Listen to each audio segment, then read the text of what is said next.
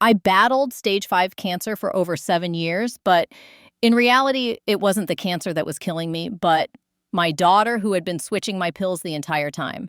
When I learned the whole truth, my son received 2 life sentences and everything was over.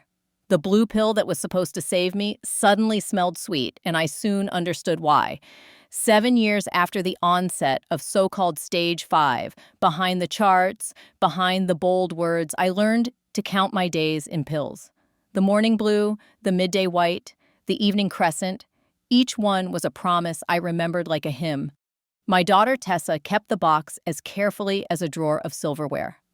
"First the blue," she whispered, opening the water and smoothing my sleeve. She was so gentle it was almost painful to look at. I told myself that this is what love looks like when it's tired. Then one morning, the blue stuff smelled wrong. Not chalky, not chemically strong, sweet, like cough syrup and licorice. I stared at it while Tessa fiddled with the curtains. "Come on, Mom, I'll send us a thon." "Ga, Mom," she said in the same voice I used when she was little and afraid of the dentist. My hand shook, but I didn't pick up the cup. I waited until she left and called the clinic. The nurse read the prescription aloud to me. No blue stuff should smell sweet. The pharmacist checked the batch numbers. The bottle had been renewed last month with a form with my signature attached. I might have forgotten where I put my keys, but I know my handwriting, and this wasn't mine. That evening, I put my phone behind the flour tin and the spare pill box under the old lid. On the small screen, I watched Tessa's hands. Confident, efficient, opening capsules, pouring out powder, sticking on labels. She smiled once, that secret smile that made my blood run cold. The video ended with her kissing my forehead and whispering, "Good girl." I didn't sleep. I kept imagining her hands and my husband's voice like years ago when he joked that I could balance a checkbook even in a hurricane. I can. I still can. And I realized something else. This illness had demanded patience from me. This betrayal had demanded precision from me. The next day, I told Tessa I was feeling dizzy and needed rest. After she left, I called my son, Mark. I asked him to take me to the farmer's market. Instead, we went to the police station. The detective watched the video twice, his expression intent, and then asked a question I didn't want to answer. Had anyone else taken my medication? Had anyone else asked me to sign anything? "Just family," I said, my words dry as paper. In the waiting room, Mark sat with his teeth clenched and his laptop closed. He avoided my gaze. For the first time in months, I felt something like oxygen. Not relief, not yet, but the tension that arises when a woman who has been gentle for too long decides to stop. If the pills weren't killing me, then someone else was. If the signatures weren't mine, then whose future was I paying for? I didn't have the whole picture, at least not then. I only had a plan, like a prayer: change nothing, sign nothing, see everything. I would let the truth come to light and reveal itself, no matter whose name it bore. The camera caught a pill swap. The bank records caught something worse. 2 days later, Detective Granger spread statements across his desk. Credit cards I didn't know I owned, a home equity line that winked open 3 months ago, life insurance inquiries with my name spelled correctly and my age shaved by 6 years. The emails were polite, the numbers were not. "Who benefits?" he asked, tapping, "if you decline fast? Who wants you confused, compliant, and signature ready?" "My daughter?" I said, but it felt like a question I shouldn't answer alone. He slid a tablet toward me. On the screen sat a spreadsheet titled September Care Plan, rows for pills and side effects, columns for cost. At the bottom, a tab I had to lean forward to read, projections. The author's name hovered when he tapped it. Tessa's account, linked to a shared drive owned by Mark's firm. "Shared is not the same as authored," he said, "but it puts them in the same room." I felt heat spread through my face. He's a financial advisor. He helps clients plan for retirement. He uses spreadsheets the way I use recipes. "And sometimes people use recipes to cover the smell," he said, glancing at the still from my kitchen camera. My daughter's hands, the pill, the smile. When I got home that afternoon, Tessa had arranged sunflowers in a vase and wiped the counters to a shine. "You look pale," she said, eyes soft. "Let me get your noon meds." "I already took them," I lied. "I'm fine." She looked disappointed to miss the moment, or maybe I imagined that. Maybe I was primed to see wolves in sweaters. In my bedroom, I opened the shoebox under my socks, the one with Richard's watch, his union card, and a copy of our will. The watch ticked patient seconds into my palm. We'd built our life from ledger lines and grit. When he died, I promised I would carry both numbers and stubbornness until I couldn't carry them anymore. I slid the watch on and felt steadier. I started fixing small things the way he used to. I separated the keys and put the extras with a neighbor. I told church ladies I needed rides and wrote the license plates in a notebook. I labeled the back of every photo and put originals in the safe deposit box. I bought a second pill organizer and filled it exactly as the pharmacy printed. Then I took my old pill box and let Tessa fill that one, camera watching. Within a week, the lab numbers at the clinic swung like a door in a storm. When I took only the pharmacy pills, my count steadied. When I swallowed the ones Tessa arranged, I stumbled on words and bruised at a breeze. Data, Granger said when I brought him the chart. Not just suspicion? What now? I asked. Now we see whether the pattern is cruelty or a plan. The plan surfaced in the kind of place you'd never look for a storm, a binder on my hall table titled Household. Under the tab for utilities sat a folded letter from an insurance company. I might have missed it if the corner hadn't snagged my thumbnail. When I opened it, the print hummed in my ears. The policy named me as the insured. The beneficiary was my son. I didn't buy this, I told Granger, letter trembling in my hand. I couldn't afford it. The premium alone is a month of groceries. He scanned the fine print. Issue date was 4 months ago. His finger stilled. Application signed by your power of attorney. I don't have a power of attorney. You do on this form. I drove to the bank with my scarf tied tight and my nerves looser than I liked. The notary who had stamped the application was the same woman who'd notarized my church raffle forms for years. Her face changed when she saw me. Not surprise. Calculation. Mrs. Hale, she said, too bright. How can I help? I've never met the woman who signed my name, I said, sliding the form across her desk. But you have. She glanced at the door. Why would you say that? Because you didn't stamp this for me. And if you say you did, I'll ask to see the security footage from the day you claim you saw me. Her eyes flicked to the camera in the corner, a movement smaller than guilt, but bigger than habit. I wasn't the only one watching. By evening, Granger had the bank's footage. It showed Tessa at the notary desk and a woman in a gray wig beside her, head bowed, signing slowly. The notary's stamp came down with the ease of a practiced motion. Your daughter brought a stand-in, but... Side note, he said. Your son wired the premium from an LLC he manages. The world narrowed to one clear sentence. My children were preparing to cash in on my death. I didn't shout. I didn't cry. I made soup and listened to the spoon tap the pot. I set an extra place at the table to remind myself that I wasn't alone, even when the house felt like a hollow shell. Then I called Tessa. Come for dinner, I said. I want to talk about the will. She arrived with a pie and a smile that hit the corner before it reached her eyes. We ate, we cleared. I washed while she dried. The kitchen felt like the set of a play we'd rehearsed too long. Finally, she put the towel down and stood with her hands on the back of a chair. What do you want, Mom? She asked. To hear you tell me the truth, I said, before I ask someone else to make you. Her face twitched, like a person flinching from an old injury. Then she straightened. I've been caring for you for years, she said. Mark helps when he can. You forget things. You sign the forms. We did what we had to do. I didn't sign anything. She shrugged. Then the notary made a mistake. And the blue pill? I asked softly. What mistake is that? She hesitated, then chose offense. You're not a chemist. No, I said.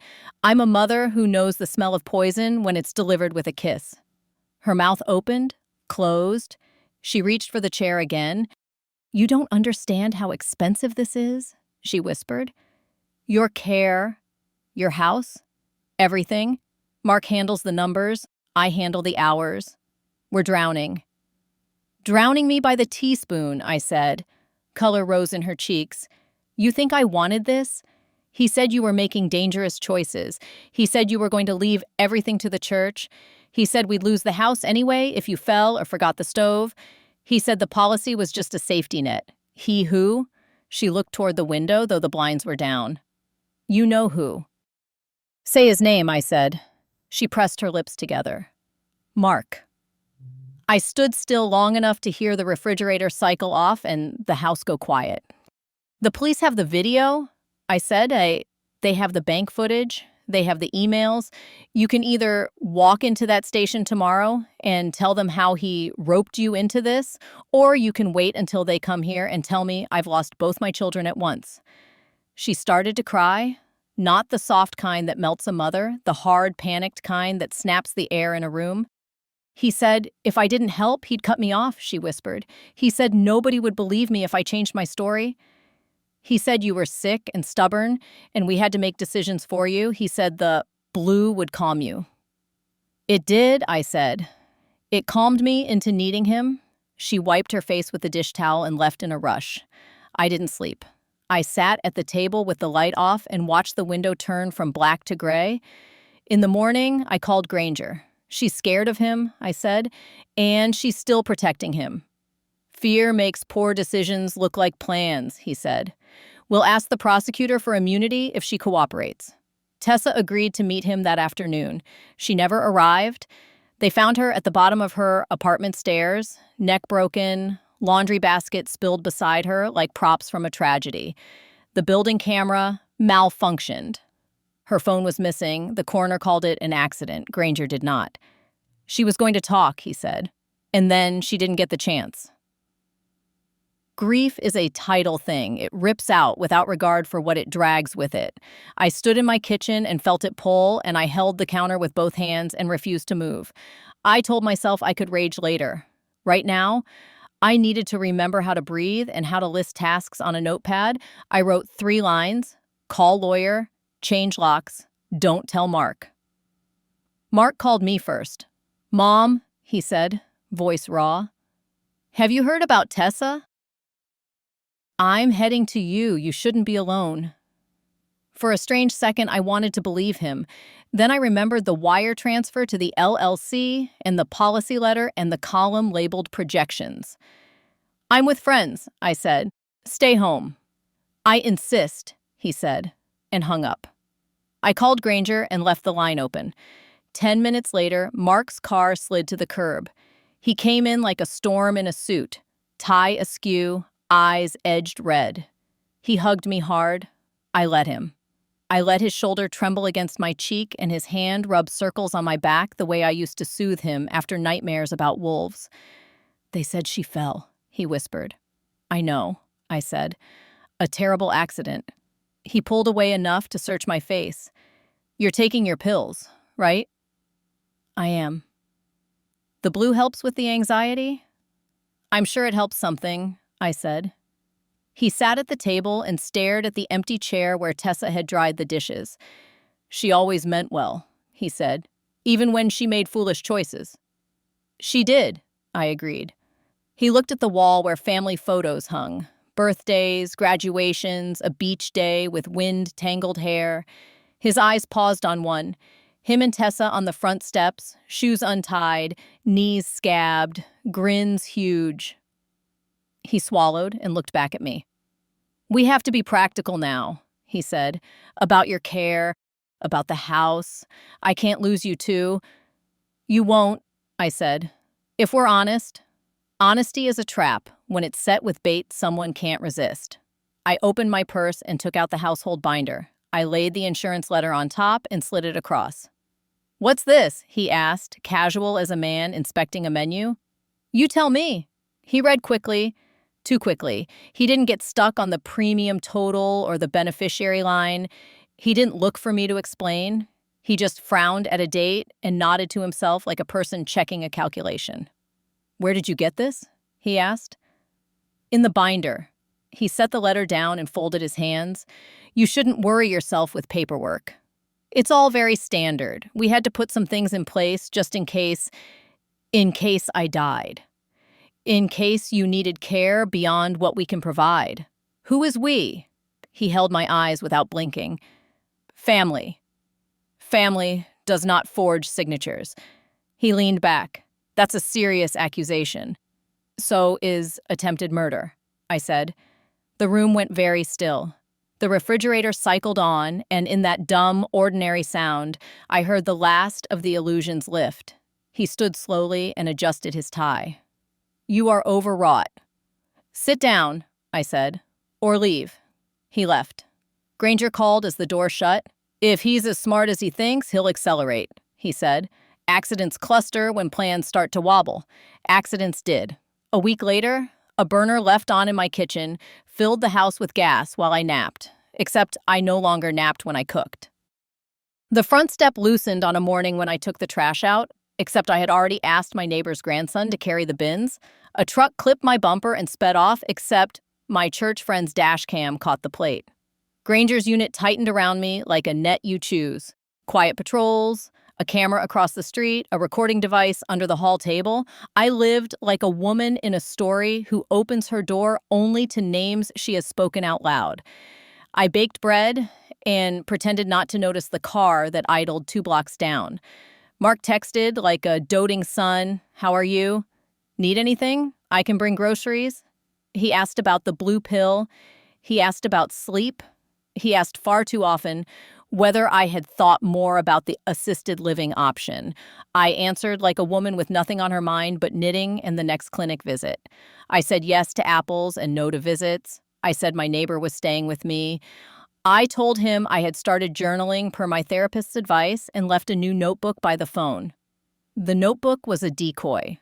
The real one stayed under the cushion of the chair by the window where I could slide my hand down and touch the spine like a talisman. In it, I wrote what I knew and what I guessed and what I needed to prove. I drew little boxes by the things Granger said we could subpoena, emails, bank accounts, cell records. One by one, we ticked them. Cell records put Mark near Tessa's building an hour before her fall and again 2 hours later. A text on Tessa's cloud backup showed a message from Mark the night before. Don't be dramatic. Remember what we agreed. Bank records showed cash withdrawals that matched payments deposited into the handyman's account, the same handyman who had fixed my step. Enough for an arrest? I asked. Enough for a conversation, Granger said, but conversation won't put him away. He'll say he was checking on his sister. He'll say he pays the handyman for you. He'll say he's sorry the world keeps hurting him. What will put him away? His mouth, he said. Or someone else's mouth reading his words. Words I could collect. I told Mark I couldn't find the deed and asked him to help me search the attic. I told him I was tired and needed him to set up the open house the realtor suggested. I said I trusted him to talk to the notary and straighten out the paperwork confusion. He agreed to everything and wrote plans. Plans are the habit of men who think they are smarter than time. The day of the open house, my living room smelled like lemon oil and my heart like iron. Mark arrived early with a clipboard. Just neighbors and a couple of buyers, he said, quick and clean. I made coffee, I replied, pouring into paper cups. He took one and sipped. His face twitched, bitter. Dark roast, he said, and smiled. It felt like watching a hunter check a snare. He had invited 3 people I didn't recognize. He called them contractors. They moved like muscle. One walked the perimeter, one checked doors, one stood by the back hallway where my bedroom sits. None of them looked at the crown molding or the hardwood floors. Buyers? I asked. Security, he said. City's not the same as it was when Dad patched these walls. I nodded and stepped aside to let 2 more guests in, women in cardigans with tote bags and soft eyes. They admired the sink and the light in the dining room. They were detectives. Granger waited in the car out front, line open. The plan was simple. Let Mark talk himself honest. The reality was that plans rarely survive contact with the people they aim to catch. The first sign of a rupture was a whisper from the back hall. Now? The man asked. Too loud? The second was the click of the back door lock, the kind Richard installed that sticks unless you pull it toward you while turning. The man didn't know the trick. He forced it. The wood complained. Mark's face changed. It isn't something I can describe with adjectives. It was the relief of a man who believes the end of a story is finally here. Mom, he said, raising his voice as if to an audience, come see the garden with me. Why? Please, he said, teeth clenched like he was smiling against pain. I walked to the back hall and stopped at the threshold. The man by my bedroom moved to block the door. Another stepped behind me. Mark stood very close and put his hand on my elbow. Let's make this easy, he said quietly. No scenes, no drama. We step outside, you sit, you sign, you rest. And if I don't? His fingers tightened. Don't be foolish. The man reached for the knob. The door opened with a jerk he hadn't planned for. He stumbled into the table against the wall, knocking a framed photo to the floor. Glass broke. The sound cracked the air. Two things happened at once. The cardigan women pulled badges from their totes, and Mark pushed me toward the door. Stop, one detective said. The men froze. Mark didn't. He tried to drag me the last step. I went limp, the way you learn to when a toddler tantrums. Dead weight is inconvenient. He hissed my name. Mark, I said, calm, almost kind. They can hear you. He turned his head just enough to see the badges. Then he let go, palms up like a man caught without anything but excuses. I was trying to get her some air, he said. She panics indoors. Step back, the detective said. He stepped. He smiled. He said he was relieved they were here to help with the confusion. He said we were a family under stress and strangers had made things worse. He said words like burden and quality of life and safety. He spoke fluent sympathy. If I hadn't seen the spreadsheet, I might have believed him. If I hadn't smelled the sweetness, I might have cried for how hard he tried to be reasonable. Granger entered then, quiet as a winter coat unbuttoning. He asked Mark to come answer a few questions at the station, to clear things up. Mark went. He believed in his mouth. The interview lasted 6 hours. Later, I sat in Granger's office and listened to the recording. Mark wept. He raged. He blamed Tessa for the pills. He blamed me for refusing help. He blamed the notary for a stamp that looked too easy. He blamed the handyman for the step. He said he had gone to Tessa's building to talk sense into her, not to push her. He said she had always been clumsy. He said a lot of things that never sat still long enough to make a shape. Then Granger asked him if he had ever taken out an insurance policy on his ex-wife. Silence like a power outage. That's irrelevant, Mark said. It's relevant because the beneficiary was you, Granger replied. And because her car, filled with carbon monoxide in a garage where the exhaust pipe had been taped in a way that suggests intention. I didn't know to breathe until I heard my own breath hitch on the recording. I had liked Lily. She laughed like a bell and loved my lasagna and once told me I made being in my 60s look like a hobby she wanted to try. Mark said he had nothing to do with the accident. He said he was at the office. Cell tower data said his phone was near the garage. A neighbor's doorbell camera, newly found, showed a man in a hoodie enter the garage that night. The build looked like Mark's. The car he arrived in looked like Mark's. The timestamp lined up with the period between 2 calls he made to Lily that pinged off the same tower. He was arrested for Tessa's murder and for Lily's. The prosecutor added attempted murder of a vulnerable adult for me. Reporters called it a tragic family saga. I called it a set of choices that had finally met a wall they couldn't talk through. Trials are long, even when you trim the fat. The prosecutor warned me there would be days that felt like someone was pressing a bruise just to see if it still hurt. I asked her to press. I had lived inside a bruise for a year. I could stand a few more pokes if it meant the rest of my life would be clear. On the stand, I told the truth the way you read a recipe, step by step, without invention. I described the smell of the pill and the flourish of the forged signature and the way my daughter smiled at the lens. I said my son's name out loud in the same sentence as the word beneficiary. I watched the jury look at him and then at me and then at the photos of Tessa's stairs and Lily's car. The defense called grief a storm that makes everyone grab the wrong rope. They painted Tessa as a well-meaning amateur and me as a stubborn patient who had turned on her children. They said Mark was a good son, caught in a tide too strong for anyone. They asked whether I was certain the blue pill smelled sweet. I am, I said, and I am certain sweetness can coat poison. They asked if I loved my son. I looked at him, really looked. He had my father's jaw and Richard's shoulders.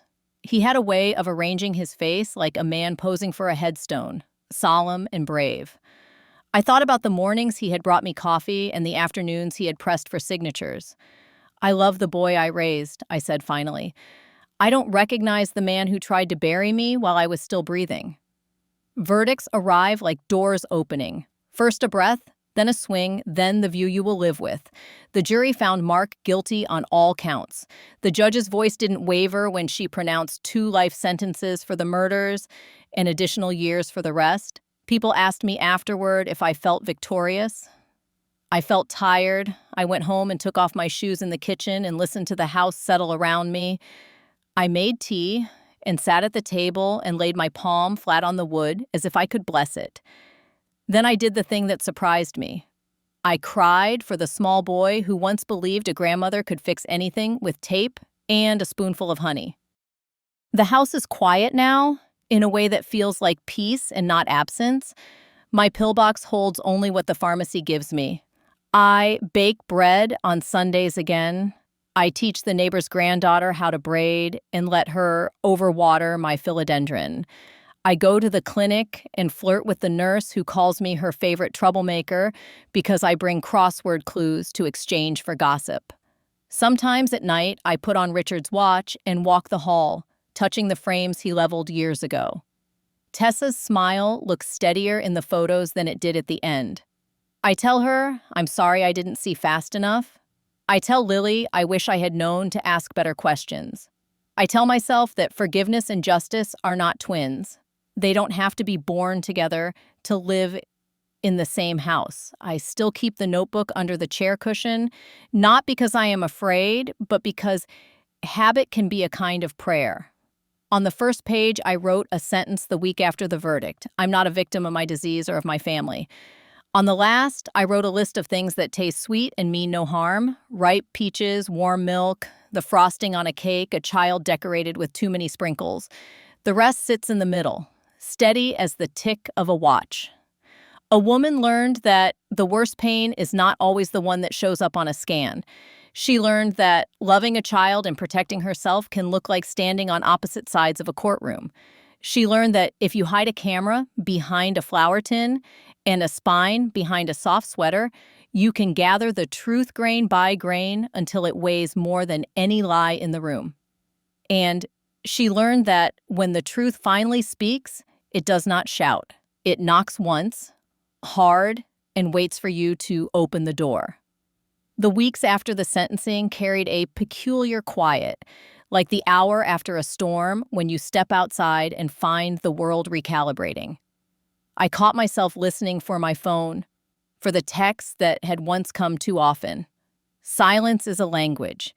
I was learning to translate it into relief. Neighbors arrived with casseroles and kind eyes that didn't pry. The church ladies took turns driving me to appointments until I insisted I could take the bus. The first time I sat in the back and watched the city slide past, I cried a little behind my sunglasses. Freedom doesn't always look like youth. Sometimes it's an old woman with a tote bag and a seat to herself. Granger stopped by once to return a scarf I had left on a chair in his office. He stood awkwardly in my kitchen as if the room itself were delicate and not the person in it. "We don't often get endings like this," he said finally. "Clean lines, consequences that stick. They don't stick in the heart," I said. "They stick on paper. The rest we keep washing." He nodded. "If you ever want the recordings erased, I'll keep them," I said. "Not to play, to know they exist. Sometimes the memory of a door is enough to keep a person from opening it again." He looked at the bread on the counter. "Is that for sharing?" "It is," I said, and sliced. I started volunteering at the oncology ward, not because I am brave, but because sitting in a room where people do brave things, reset something bent inside you. I taught a woman my age how to wrap a headscarf 3 different ways. She taught me which vending machine never eats your dollar. We traded stories like recipes, each of us careful with the spices. One afternoon, a young social worker asked if I would speak at a training for new hires. About family dynamics, she said carefully.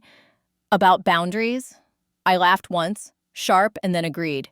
When the day came, I stood in a conference room with bad coffee and good intentions and told them what a pill smells like when it's wrong and how love and harm can share a face. Write things down, I told them. Not because the paper matters in court, though sometimes it does, but because your mind will want to rewrite to protect you. Don't let it. Date your pain, name your relief. After, the social worker pressed my hands in both of hers. You're steady, she said. I want to be that when I'm 67. You will be, I said, if you practice.